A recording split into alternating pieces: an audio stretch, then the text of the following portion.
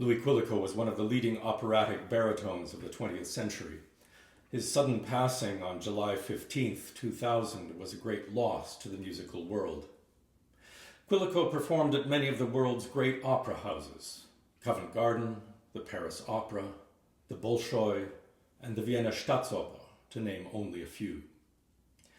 He was a stalwart of the Metropolitan Opera, appearing nearly 300 times over 25 consecutive years. At the Met, he sang under the baton of James Levine, Zubin Mehta, Richard Bonynge and Claudio Abbado, and alongside tenors including Luciano Pavarotti, Placido Domingo, John Vickers and José Carreras, and sopranos Joan Sutherland, Renata Tebaldi, Renata Scotto, and Beverly Sills. Louis Quilico was an ideal interpreter of the great Italian and French composers, but it was his defining portrayal of Rigoletto, the hunchbacked jester in Verdi's tragic masterpiece, that won him international acclaim, as well as the nickname Mr. Rigoletto. He sang the role more than 500 times, the last being at the National Arts Centre in Ottawa in September of 1994. After his retirement from the operatic stage in 1998, he continued to perform, touring extensively with his wife, the celebrated pianist Christina Petrowska Quilico. Together they made 4 recordings and a teaching video, and collaborated on the book Mr. Rigoletto in Conversation with Louis Quilico. In this book, Quilico shared his views on singing, on opera, and on his signature role, Rigoletto. He also talked about his own personally devised vocal techniques, sharing them with a new generation of singers. What is missing in the printed version of these conversations is Quilico's own voice and his unique personality. In these recordings, we hear him speak in his own words, with his own voice, unfiltered and unedited. Speaking personally, baritone Louis Quilico, Mr. Rigoletto, in conversation with Christina Petrowska Quilico. In this conversation, Louis offers his reflections on stage directors, friend or foe, and compares 2 of his comic roles, the rather straightforward Dr. Bartolo in The Barber of Seville versus the ever-evolving Falstaff in Verdi's final masterpiece. And you told me a funny story about Macbeth, something about what not to do if a stage director tells you to do it. Can you describe that incident? Well, I have to say that I am not against the stage director, but there's one thing I have to say, that sometimes they should give certain freedom to the artist. I remember very, very, very vividly that they were doing Macbeth, or not named the theater or the person, but it was one of these type of what we call performance that the director wanted to make as a Shakespearean play. And I'm sorry to say it, Shakespeare is Shakespeare, Verdi is Verdi. That means you cannot be at the mercy of doing, for instance, a recitativo. In the opera, it's recitativo, but in Shakespeare, it's a monologue. And in Shakespeare, people expect that monologue should be done that way, because for one reason, if the artist would really move too much or anything like that, it would disturb the idea of the monologue. But when you come with the opera and you have to do a recitativo, the recitativo has to be suggested by not only by voice, by action, because the action very often will create the meaning of it. And the music creates on top of that, and it's incredible for that reason. And this is the big problem. I remember very vividly that the artist who was doing Macbeth became in trouble. I don't know if he was in trouble or he didn't want to do it by himself. They had put in his mind that this should be a Shakespeare play, and it was completely wrong, because the thing is, it was, at a certain moment, it was laughable. It was really funny. And I remember I had to came up on the sixth performance of it, and when I did my performance, it was completely different. The public did not laugh. And I felt very sorry, because I even said it to the other artists, seeing him doing the rehearsal. I says, please, why don't you more or less give some of yourself and not expecting to do what the director asks you to do? Because you have some artists that if they are placid, it's easy for them. You have some other artists where they need a tremendous, drive. The direction means a lot, like a gesture of the hand or something like that is very important. And all of a sudden you impair them to do that, well, you impairing a beautiful performance. And that is the thing that I was very sorry for it, because I have to say one thing. When I saw the director, I asked him, I said, are we having any rehearsal? He said, no, because he said, after the first performance, it is not my performance. I said, thank you very much. I am very happy about it, because I says, the sixth performance is going to be my performance. And I did exactly what I wanted. And what happened? There was not one single laugh in the theater. In fact, just lately, I had someone that came and saw the performance of the other artists and saw my performance. And they said, Louis, we still don't understand why with you we could not laugh and the other one was laughable. And that was very simple. You need to work, and this is the point that I feel very often, that the directors, they don't put enough faith in the artists that they have, but they should, because it's very important. Because if the artist is not free, very often will freeze. What I mean by this, will freeze, he'll not going to give full, complete interpretation of what he's supposed to do. What was the visual image that made it laughable? Because it's hard to understand just by words what would be the dramatic moment, what should be happening at that dramatic moment that didn't happen, and visually what was it that set the audience off?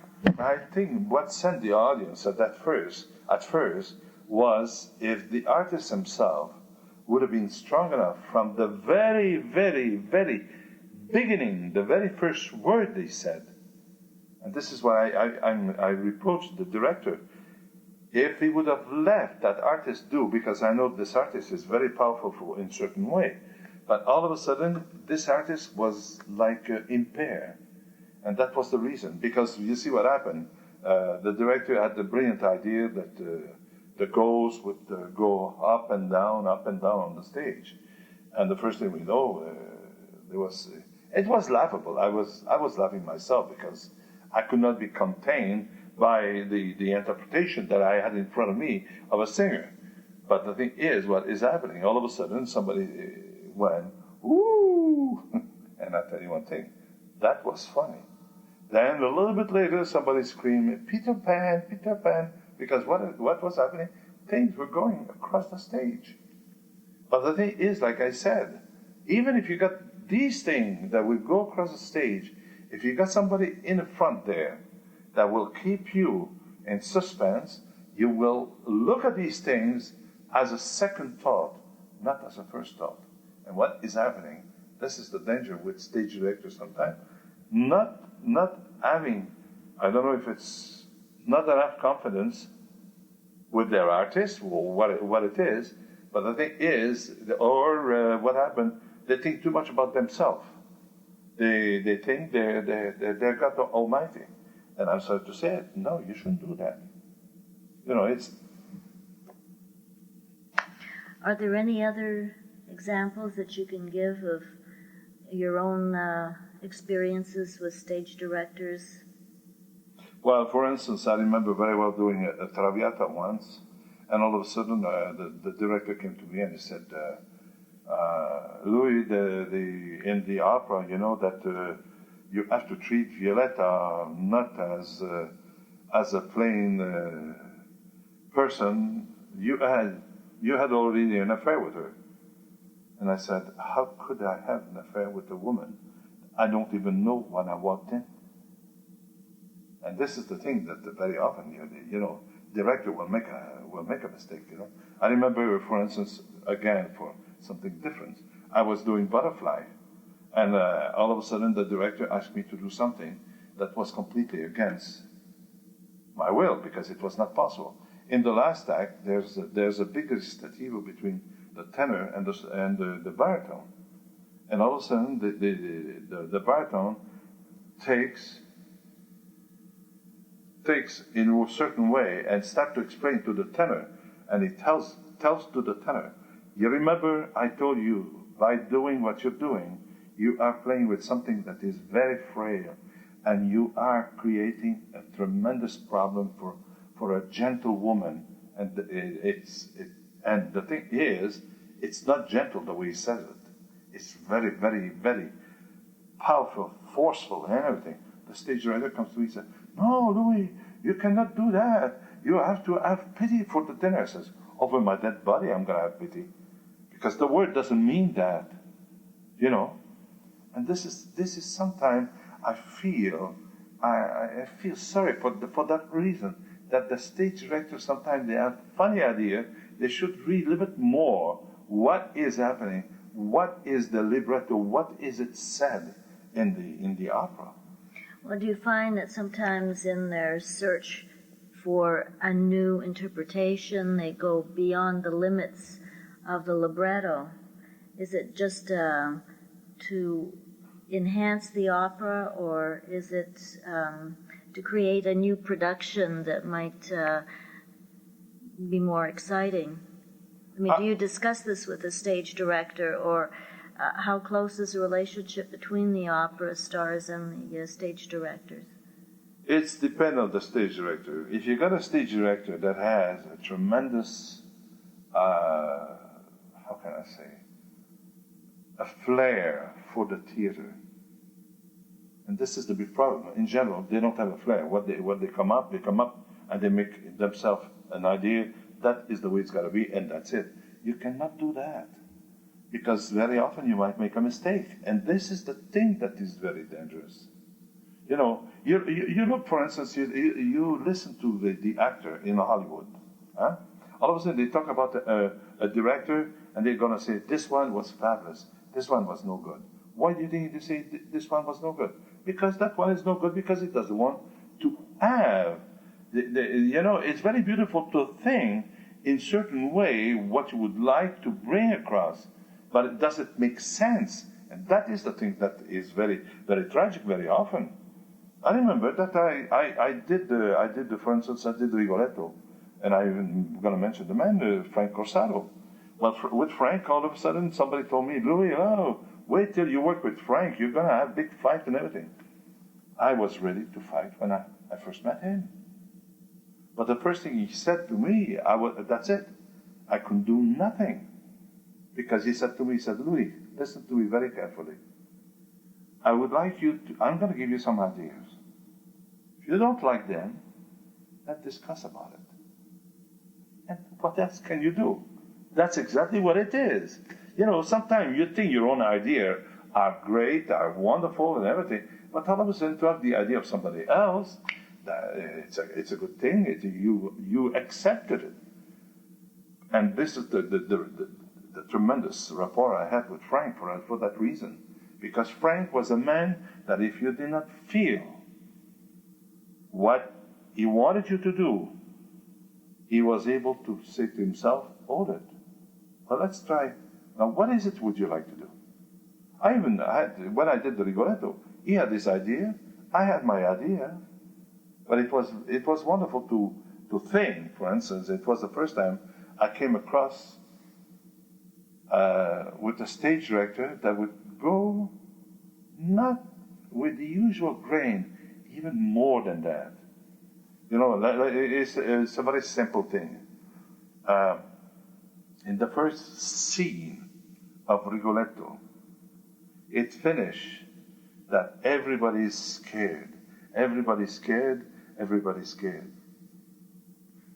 And what Frank asked me, he said, Louis, you're the only one who's not scared. And I said, why, Frank? He said, it's very simple, Louis. He says, what is the first thing you say? Walking in the second scene. I said, well, the old man cursed me. And he said, how many times do you say it? I said, 3 times. He says, you want to say that the old man cursed me 3 times the same way? He said, no. If you come in the first time, I said, oh, the old man cursed me. Oh, listen, it's a fable. Then all of a sudden, you start your dialogue. You start to say, well, the people want me to make them laugh, and they make me what I became, and it becomes very, very, very. Then one more time he says, the old man cursed me. Then it comes in even more. All of a sudden, he realizes how crippled he is, and you want me to make you laugh, and life is so tragic and all that stuff. And the first thing you know, he says for the last time, the old man cursed me. Now the curse dawns on him. But if I would have done the curse done on me the very first time, it wouldn't have served his purpose. Naturally, Verdi wrote in a certain way that you're not exactly, but at the same time, there's certain things that the composer wanted you to do, but try to see if you would have been there, for instance. If Frank would have been there, I would have been there. I would have talked to Verdi. I would have said, Maestro, at that point, the end of the act, the first scene, going to the second scene, saying 3 times, the old man cursed me. And it's not written exactly the same way. It creates his impact. And that's why it is on the whole thing. For instance, one thing I used to do, I remember very well, in the last act, I used to get up and I used to grab the Gilda, and all of a sudden I used to start to shake her and throw her down the floor. And a very simple thing here, before that, when Sparafucci brought the bag, and all of a sudden I got to this statue. He's under my feet, and he's laughing. And all of a sudden, I used to kick the bag. And I could hear the public going, hey! Yeah, you said this before. Yeah, but I'm repeating it in case. And why do you think it was that? Like I said, maybe I said it before. Rigoletto doesn't know it's his daughter. Good.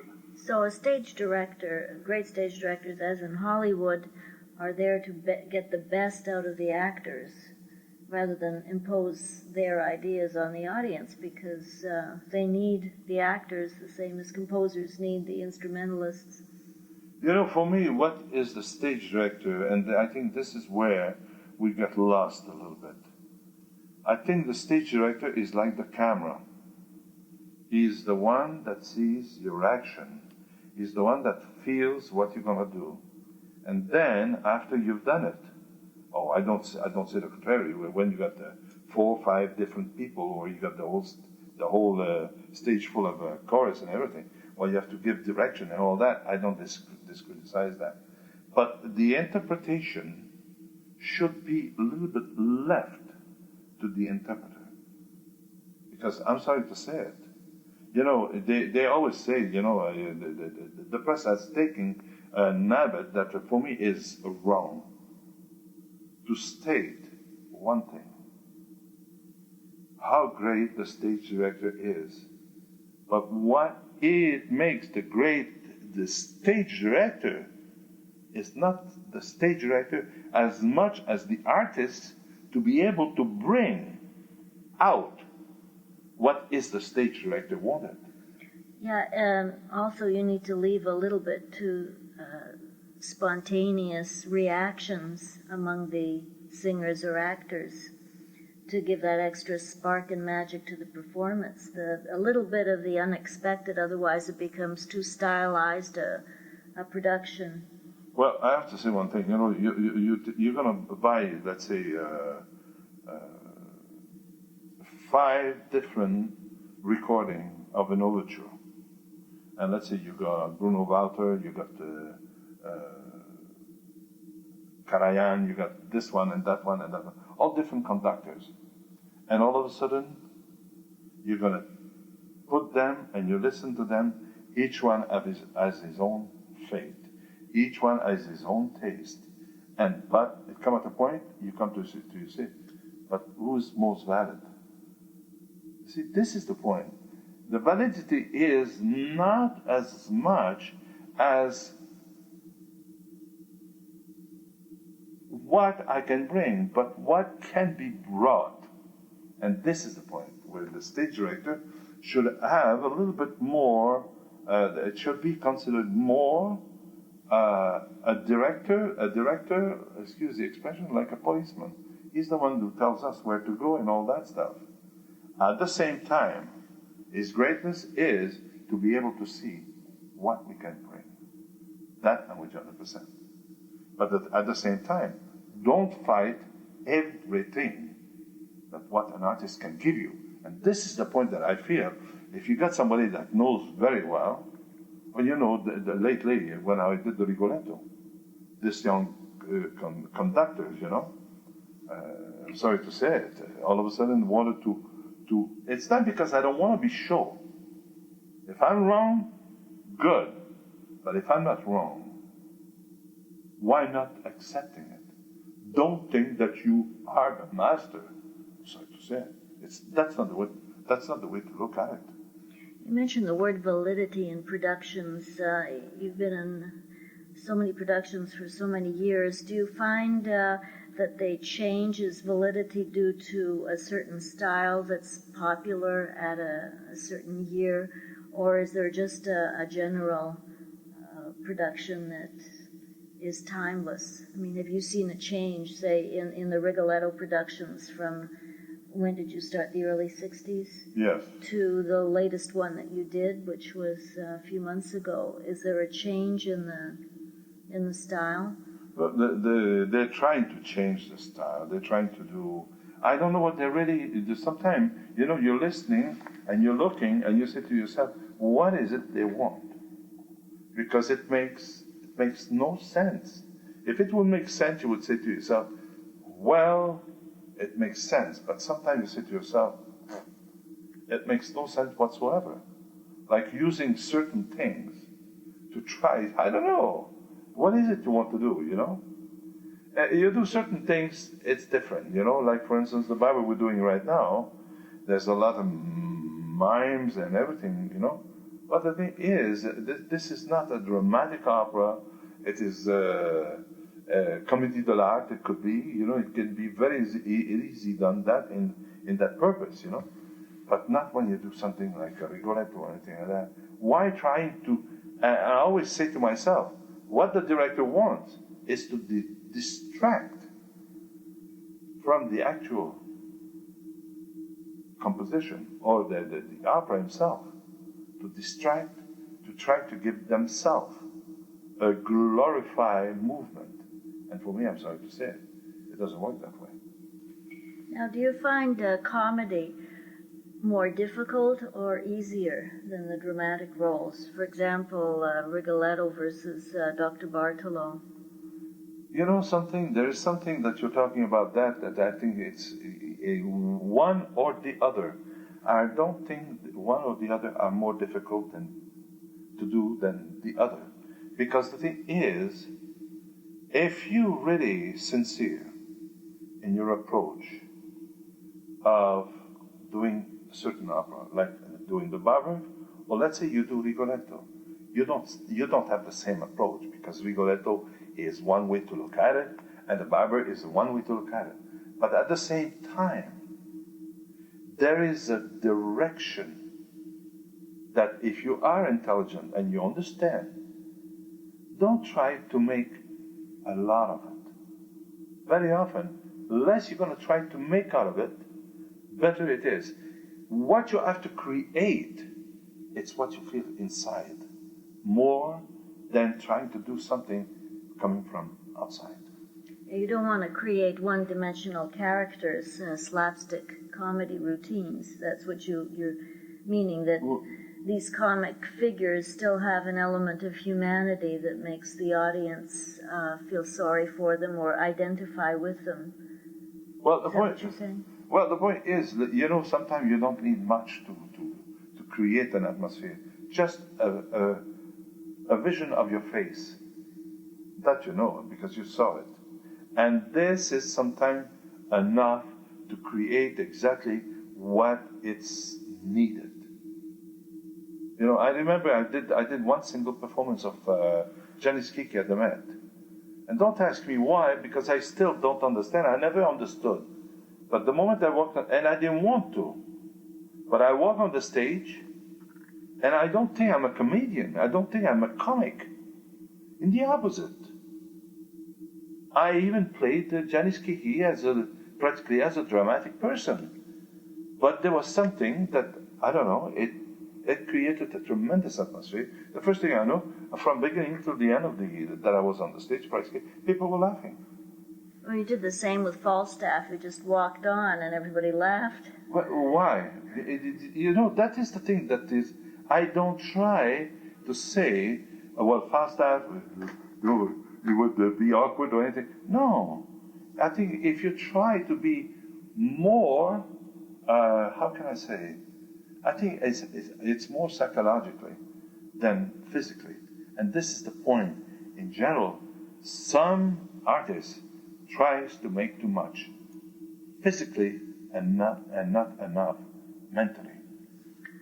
I've been watching you do Dr. Bartolo, two different singers, yourself and your cover. And they're quite different. You are doing a lot with just minimal movements of your face, which are very, very funny. And the other fellow is doing a lot more physical activity. So this is a... Well, that gives you an idea why sometimes the dramaticity, because even that it is dramatic or it is comic, call it dramaticity because both of them has to be done with a certain flair of what it represents. And this is the point. You will never try to overtax. Don't try to be better than the composer. Try to be what the composer wanted. Can you give us a few insights on Dr. Bartolo as you're working on him right now? What are your feelings? What is he feeling? Well, his feeling is, how can I say? Is a man that's a little, I would say is a man that's a little bit lost, because the thing is, he's practically a Falstaff. Yeah. Yes, because the thing is, he plays himself in certain, the certain action that he puts himself into it that are so practically ridiculous. Like, for instance, like at the beginning it is said that he wants to marry her for her money. But in a certain way, it is done for that reason. But Falstaff, what is with Falstaff? Falstaff has become that he wants only one thing: drink and eat. That's all he's interested. And this is the thing that not to try, how can I say? Not to try to be Bartolo. Don't be Quilico trying to do Bartolo. No, be Bartolo directly. It's a marvelous feeling to be able to transport yourself, to translate yourself in a role Don Bartolo, for that reason, because the situations are unusual, and the composer are so bloody intelligent.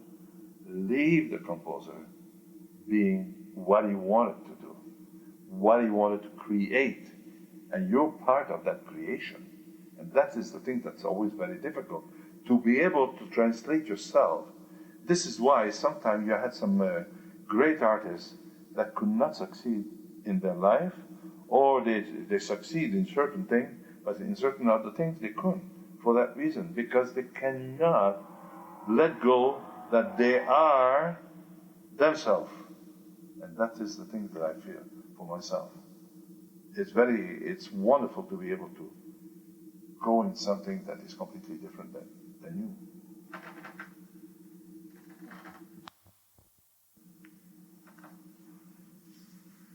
I want you to talk a bit more about Bartolo, and you mentioned that it was easier to talk about Falstaff, and I'm wondering if it's because you've become Bartolo and it therefore makes it more difficult to talk about him. It's like talking about yourself because you're in the role. Well, I have to say one thing. I think the difference between Bartolo and Falstaff that creates for me a little problem is that Bartolo is a direct person. Boom. Falstaff is not as direct. There are certain things that he goes through in his life that he does not exactly